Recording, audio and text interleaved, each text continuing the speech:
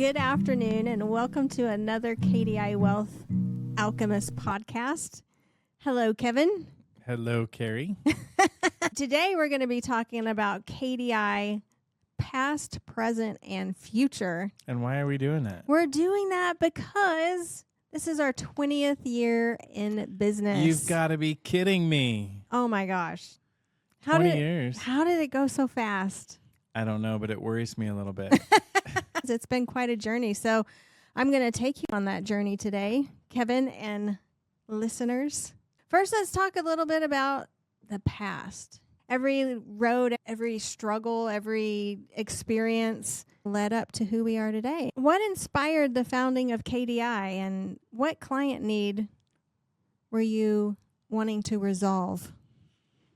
Well, there were some client issues that we were looking to resolve, and frankly, there were some personal issues we were looking to resolve. We were with one of the big wirehouses, and frankly, the wirehouse we were with at the time said they would never do fee-based business, that it just wasn't going to happen. And we were not the atypical firm within that firm. Yeah. We had larger clients. We had more sophisticated clients in a lot of ways.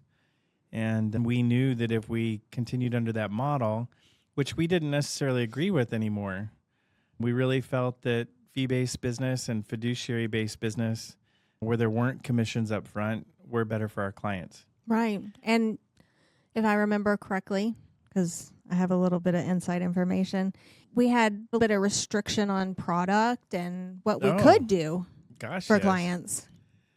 Yeah. There were 7 preferred mutual fund families, and we were certainly directed to use those. You could go outside of them a little bit, but if you went too far outside, we didn't really have a planning model. It was all investment based. It wasn't around solutions and long-term planning. It was more about product. And it just got to the point where it really made sense for us to make some changes. Additionally, I was on the leadership team. I felt like I was spending a lot of time doing that, and that was taken away from time that could have been better spent with our clients. Yeah. So as we started the business together, I'd been in the business most of my life because my dad was an advisor. But what were some of the most meaningful moments in those early client relationships as we transitioned to owning our own business? You know, it's interesting. First, I'll talk about the transition itself, which was interesting because when you're a captured advisor and you leave, you can only let your clients know you left. You can't take information with you. You can't assume they're going with you. You just have to call and say, hey, I've left. And then you hope they ask if they can go with you, or you hope that maybe they follow up later with a call and say, I'd like to stay with you. Outside of that, you're taking 100% responsibility and risk that you may not have a business. And for some people, it might have been better to stay anyway. So that was kind of an interesting change. I know about 98% of our clients did go with us. And so that was outstanding. And where I was going with that, confidence building. Right. Felt really good. And we have clients today that have been with us, gosh, I don't want to talk out of school. What is it, 26, 27 years? Yeah. You've been in the business since 1997, so 29 years. And so some of those client relationships are very long-term, and unfortunately, some of them have passed away with us. Oh. Yeah. That's the hardest part of our job. I know. Is we get to see all of life's events. We get to celebrate wins. We, unfortunately, have had clients long enough that we've watched them age and fall apart like we all do. But what an honor that is. Oh, massive. We've been invited to weddings and birthdays and funerals, and people call us to celebrate their vacations that they couldn't have done it without us. And quite candidly, I take a lot of credit for what we do, but it's just not true. Clients are the ones that do the heavy lifting. They do the savings. We coach them to stay on track, and we coach them to do the smart things, but clients do the heavy lifting by actually deciding to save and behave and weather the markets and those types of things. Yeah. So speaking of the client experience, what early decisions shaped the client experience that we deliver today? So I think, again, we, as a firm, we are a learning company.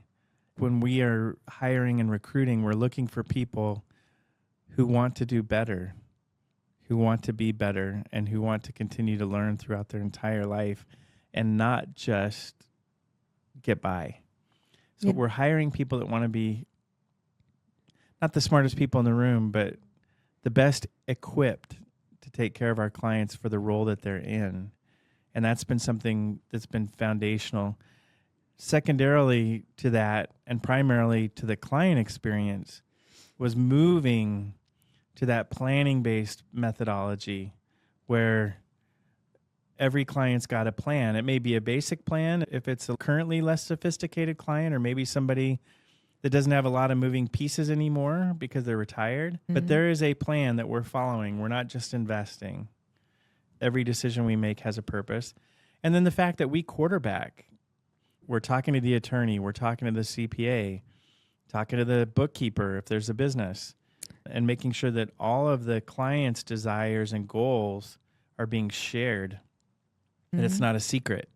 You can't believe how many times we start talking with a team that a client has hired and they have not communicated whatsoever. There might be a trust and the trust hasn't been funded. In other words, the accounts haven't been retitled. The real estate hasn't been retitled. The tax person doesn't know about the implications. And there are things that can be happening all along the process in terms of what the client's investing in, how they're investing it, what bucket or title it's in within the big picture, and all that has to be communicated. And we pride ourselves on being the one to make sure that happens. Yeah, I love that because when we have those pieces of the puzzle in play, the overall success of the client's financials is so much better because we're not doing anything that's going to harm them. Somebody wants to come in and say, hey, I want to take out this big withdrawal out of my retirement account. And it's like, okay, well, we could say, sure, let me do that for you. But we have to dial it back and say, let's talk to your tax professional about that and see how that's going to impact your financial plan and your income stream.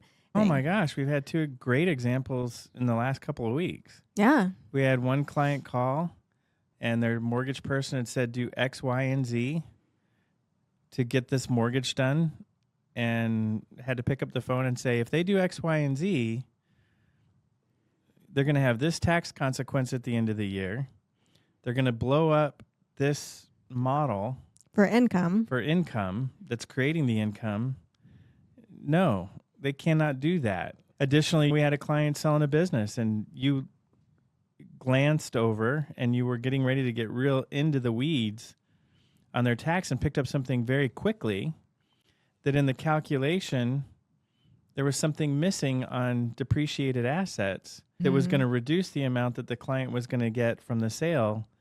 And you thought, oh boy, number one, that needs to be brought up. But number two, you don't want to surprise them. Right. In the final inning that, hey, you're not getting X, you're getting Y because of this. So this happens all the time. Yeah. And I think that just goes back, and it's like we may not work for the same company, but we need to work as a team on behalf of our clients. So I think that's so important. And another thing, we come from a hospitality background, 5-star, 5-diamond resort. And we have a super high standard of service that we expect to deliver to our clients. And I say that because we have taken into account client feedback. Oh. We're always listening to the client about their needs. And very seriously. We survey them after every review meeting. Yes. On occasion, we do annual surveys just to find out where everybody is. And candidly, sometimes we're surprised by what we didn't know, and then we make corrections and we make it better. So let's go to today. And let's talk about our team. Our team is important to us. Well, in the past, our team was me. Then our team was me and one other person. Yeah. Then our team was me, one other person, and you. And today our team is 16 full-time deep, a couple of interns, and future team members. We are onboarding another practice soon in Tucson. We're in talks with a couple of other practices about joining KDI in the near term. And then you look at our growth of team. If we continue to grow at the rate that we have in the past, in theory, we should be probably 80 people in 10 years. That's crazy to think about. The way we operate our business, we have to be more because we won't allow an advisor to get too big in terms of number of clients because we don't want the client to suffer. Right. I know advisors that have 300 and 400 clients each. And my question is always, how do you talk to them in a year? And how do you make sure they're staying apprised? And how do you know what you're doing for each of those people? The answer is you don't. And so we've always kept our number of clients per advisor very low.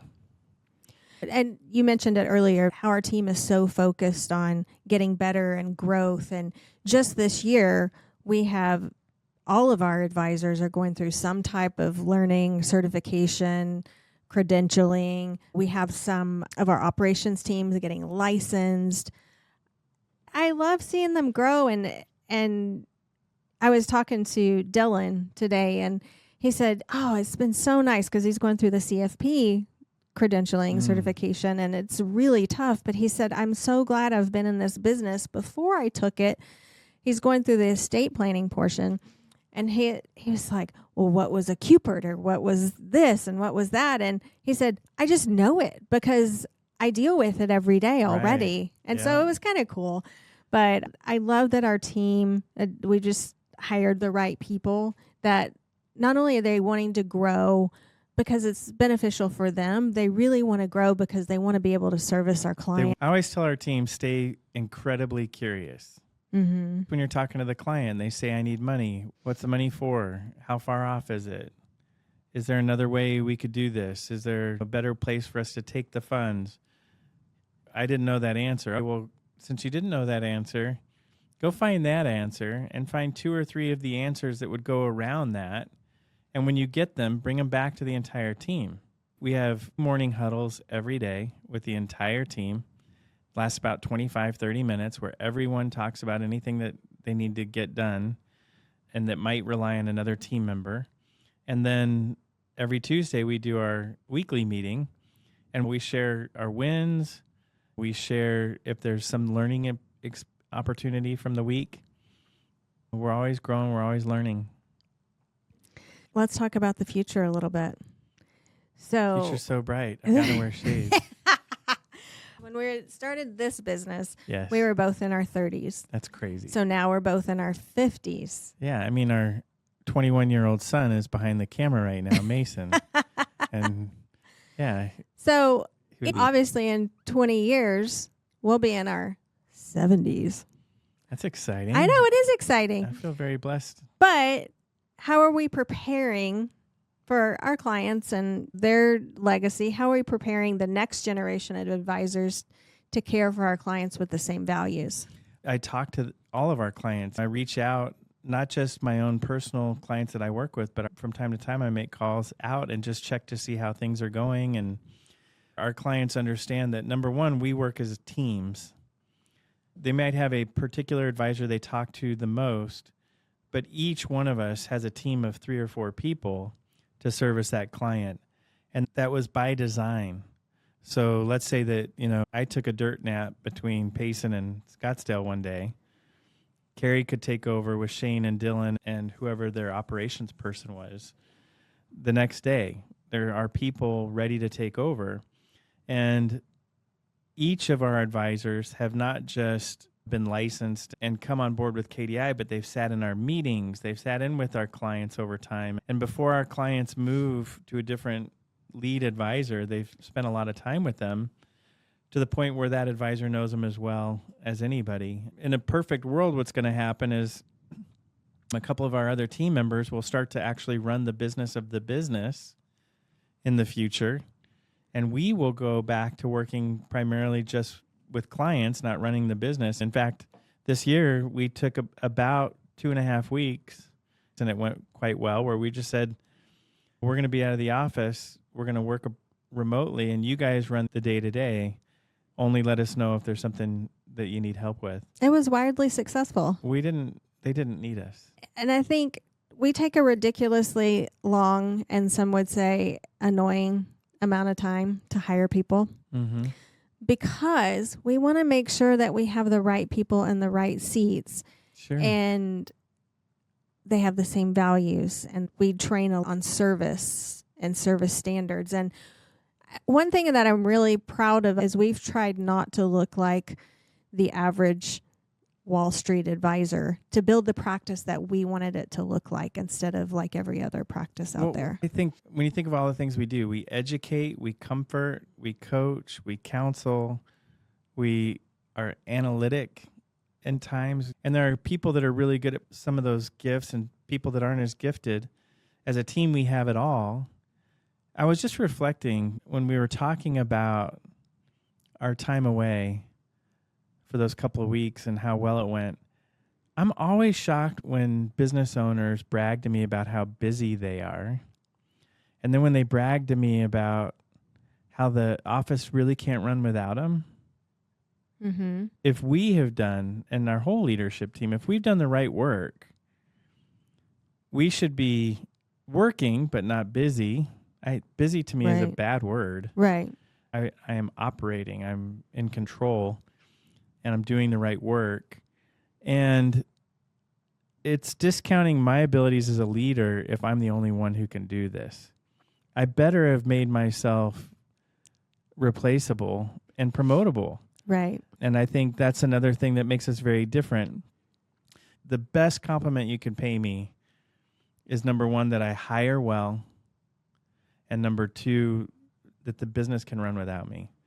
If I've done those two things, then I have given my clients the best gift possible. Well, and it's been so important, especially with our relationship of us running the company together, that we have those contingencies in place should something happen to one or both of us at any time, and that we've empowered the right people. If something did happen, I know everyone would be devastated, but the business could transition pretty seamlessly because we've empowered the people to come in behind us. There's redundancy in every position with intent, and not in a malice or morbid way, but really just, again, our number one goal is to make sure the clients never get to an 800 number.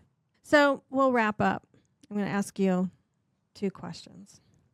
What's something you want every client to feel after working with KDI? Heard, understood, comforted.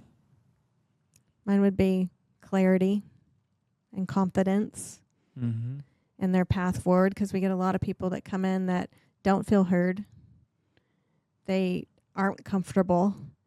They don't have clarity, and they're dealing with a lot of uncertainty. It's part of the aspect of our business. If we get clients to invest for the long run in equities, we're doing them a great service in the stock market over time. However, our industry seems to have a bias to shove every client into the S&P, into the top 10 tech stocks, which is never rocket science. Some clients just can't handle that. They can't handle watching their portfolio fall 20%, or God forbid in 2008 where it fell 40%. It's our job to listen and to make sure those clients are driving F1. I love F1. He's excited now. The movie, I love the series on Netflix, 7 seasons, and I watch it over and over again on the Peloton. We've watched them all. But I like to drive fast when it's safe, but I don't think I could do an F1. I don't think I could drive an F1 car through Monaco the way they do it. Oh, gosh, no. I could definitely drive a 911 Carrera. I could drive one right into the wall. At 100 miles an hour. I feel like I could do 100 miles an hour. I don't think I could do 200 miles an hour. Whew. But man, there are some people who can. Yeah. And that's amazing. Now, our clients shouldn't all be in 200 mile an hour cars. Part of what has to go along with that is teaching, because when they say, why is the S&P up X and I'm only up Y? Well, because when the S&P drops X, you're only going to drop Y. Oh, I get it. If there's one thing that I think has been the biggest hindrance to client success over time, is the overwhelming amount of information. Right. It's too much. It used to be you couldn't get enough. Everything was held by the Wall Street firms, all the data, all the trading data, all the reports. Right. Then it got opened wide open, and now there's so much coming at you. Well, and I think it's not only what's coming at you, it's not just the amount of information, it's all the opinion and rhetoric around it. It's everything's got a story. Yes. Sometimes it's just data. Yeah, sometimes. Okay. So, last question. If we're sitting here 3 years from now and our future is so bright we got to wear shades, what does that look like for us and for KDI and for our clients? I'm going to take it from the client perspective first. For our clients, I think the best compliment I would get is that things hadn't changed in a sense, because that means they're all still being serviced quite well. They're all very comfortable with their relationships with us. They don't see our backstage, so we're doing a lot of heavy lifting and work on their behalf that they don't have to be involved in. I always say when the mechanic worked on my car, if I had to look over his shoulder and actually see what he's doing, it'd probably freak me out. Yeah. To see all the moving Taking parts. apart an engine. I like to turn the car on and hit the gas and I go. And I think our clients want that. They get up in the morning and write their bills, and the bills get paid, and the money's going to earn enough that they continue in their lifestyle. We're already a self-managing company. But if something did happen to us, I feel our team could take over right now. We have all the right people in the right seats, and we need to be relentlessly stubborn in the way that we vet people who come into this organization. And that's, frankly, it's both client and team member. We don't let people into our organization that are going to disrupt our flow, that are going to be hard on our team, culture. We're blessed to be in a business where we can choose who works for us and who we work with. When our clients are all together, they have great conversations. We hear from them all the time, I can't believe how many great people you get to work with. Well, I can promise you that's not the case at every firm. No. We have the most amazing team. Be relentlessly protective of that. And I think 3 years from now, I would say certainly we need to have growth. Historically, we've grown anywhere between 14 and 20% a year. I would expect that to continue. I would expect that our client not feel that, or any member of our team, because we're ahead in hiring and training really good people to do really great work. I'm excited. I'm excited for our past. Again, it has been a journey and it has been an honor. I look at our team today and I'm so excited. I can't believe the amount of heart that our team has. Yep. We always say we hire culture first. Yeah, 100%. And just people working hard in such unison and advocating for our clients on so many different arenas. It's amazing. Our team is truly just such a blessing. And then the future, I can't wait to see some of the, we have some young, Dylan and Taylor are young. So is Hunter. They are young, early 20s. And how incredibly smart and grounded they are, and what good people they are. Yeah, I'm learning from them all the time. Yes, and, especially when it comes to electronics. And we've got a young son and daughter. My son's 21 and Bailey's 19. They've been a big part of this business. They've grown up in this business. A lot of our clients know them. They've been around interacting with them, but they bring stuff to the table that we're not aware of that make us better. And yes, I'm going to be the guy probably with the gray hair in the room that says, you know, we've done that before. Well, that wraps up another podcast of the Wealth Alchemist podcast. I'm looking forward to a bigger future. Always a bigger future. Yeah, growing, learning. What's in the windshield is much more important than what's in the rearview mirror. Thank you so much for listening. Cheers.